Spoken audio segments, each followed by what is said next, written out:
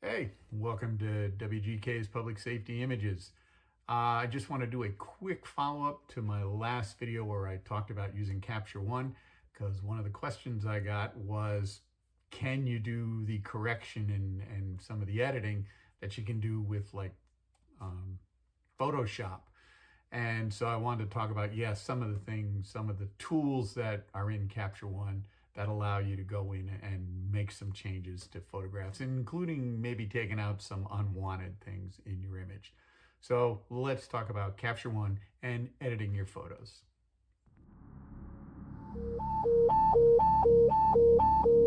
Battalion 2, engines, 35, 40, 34, and 27, ladder 40, and safety 1, house fire, 3312 Ashley King Drive, Unseen, Charlotte. Welcome to WGK Public Safety Images. I am a public safety photographer in the Charlotte, North Carolina area, and this is my channel, and I use it to post response videos. I also post videos that are all about different departments, companies, equipment, things like that.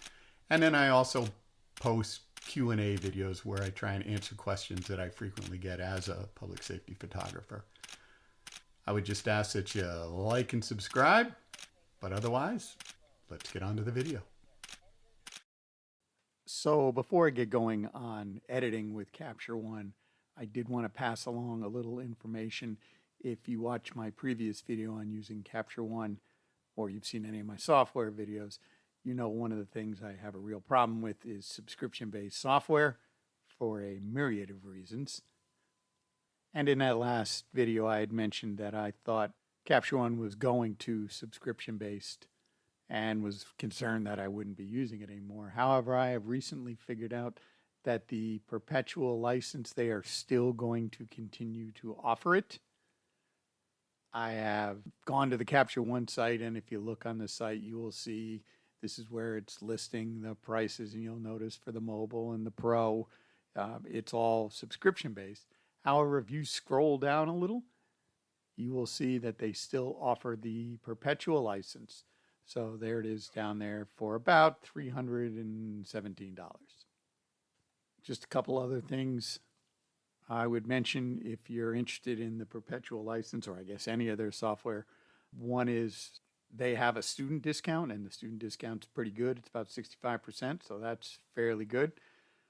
The other is if you are not in a huge rush, I have found that Capture One puts it on sale every so often. So if you're willing to wait around 4, 5, 6 months before you purchase it, sometimes you can get it. I've seen it for as much as 50% off. So again, now we're down to $150 for the perpetual license. And I think that's a pretty good deal. This is probably a good time to mention that I don't get paid by Capture One. I don't have any deals with Capture One. It is just the software that I like using. So with that little footnote in mind, let's go on and talk about using the software to edit or update or correct some photos. So now we're back in Capture One, and I'm using Capture One version 22, which isn't the newest, but still I like. And in the first video, I went through doing some of the basic adjustments I do with clarity and sharpness and color correction, those kinds of basic edits to make the photos look like I want them to look. And I've made some of those as sort of standard adjustments I can make, so we won't go through it all again. I'll just adjust this raw image into a final product a little closer to what I would like to see.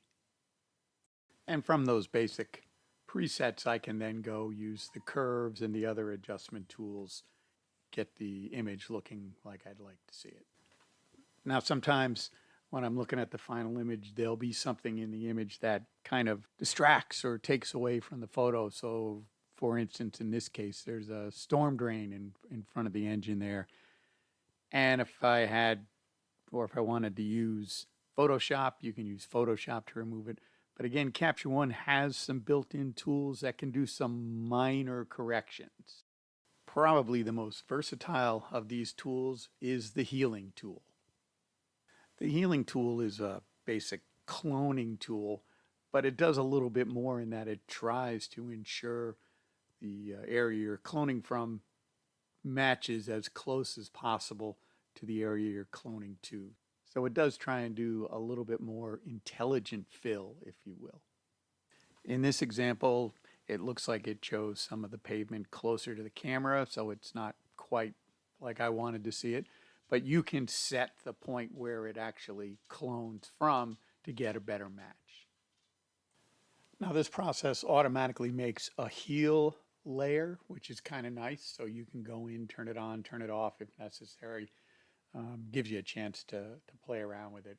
And again, all these edits are non-destructive, so you're not touching the raw data, the raw file. But for simple items, it does a pretty good job of masking or healing the item in your photo that you want to get rid of. Again, it's not perfect. Lots of times it tries to match colors. So if you're taking out a different color object, traffic cones for me, if you try and remove those, it'll sort of change the color, and sometimes you can see the orange shading in the clone patch. So you do have to kind of be careful with it when working with different colors. So I've loaded up another image. This is Charlotte Engine 36 photographed in a parking lot. And same thing, I'll go through quickly and just put my presets in to get it looking like I want it to look. But then when I look a little closer, I notice in the background, there's a street lamp in the parking lot that looks like it's just sticking out of the top of the truck. This kind of stuff, it's ideal for the Capture One Heal tool. So the tool creates a new layer, and then you just draw the mask over what you want to block out or want to eliminate. And Capture One will do its best to figure out where to clone from so it's the closest match.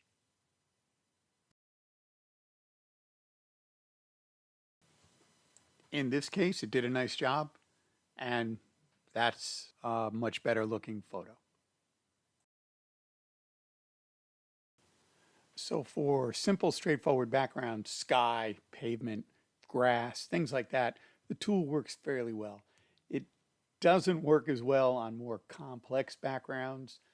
So if you're trying to take something out, against a building or something like that, that gets a little bit more challenging.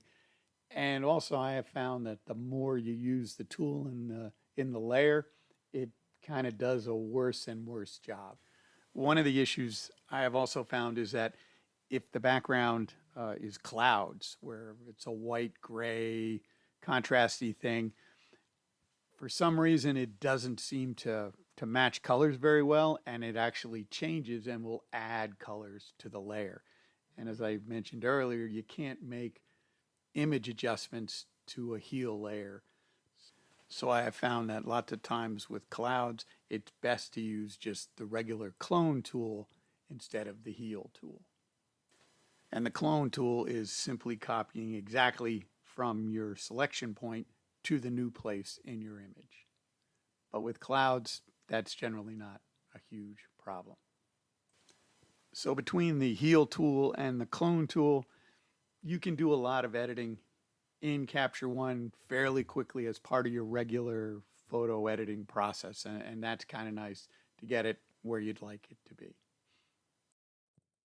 Okay, so there you are, just a quick look at Capture One and some of the photo editing tools that are available to you.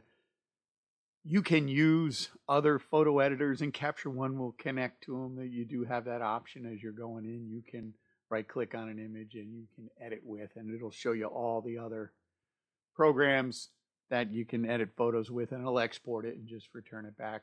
But for simple, when you're just going through your raw images, color correcting, clarity, sharpness, saturation, things like that, Capture One is great. And then if you have those little minor things you want to take care of, you want to get rid of a telephone pole in the way or something, a empty can in the street, you can do that really quick.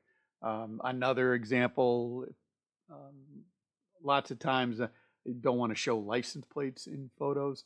And the good programs, you can go in and mask and you can pixelate and do that. You can't do that with Capture One, but you can pretty easily go in and just use the heal tool, and you can heal over the numbers, and it will just try and copy it. And again, from a distance, it's pretty good. It depends on where it sources it from, but it does a pretty good job of just quickly getting rid of those numbers for you. So there's Capture One. Some of the things it can and cannot do. Again, it's not replacing Photoshop or any of those other powerful photo editors, but for just setting up a quick workflow, I like it. It works really well. So there you go. Quick short video just on some of the capabilities. Again, it's not as powerful as Photoshop, but it does a really nice job. Capture One does work with Photoshop. If you have Photoshop, obviously Capture One will let you send your images directly to Photoshop to edit them and then return to Capture One. But staying in Capture One, you can still do a fair amount of editing and improvements to your photos. So hopefully you found this video interesting or helpful. Again, if I made any mistakes, feel free to leave a comment or get a hold of me. If you have any other questions, please feel free to let me know. Otherwise, hope you enjoyed it. Consider giving it the thumbs up, and hopefully we'll just see you again in another video. Thanks. Bye.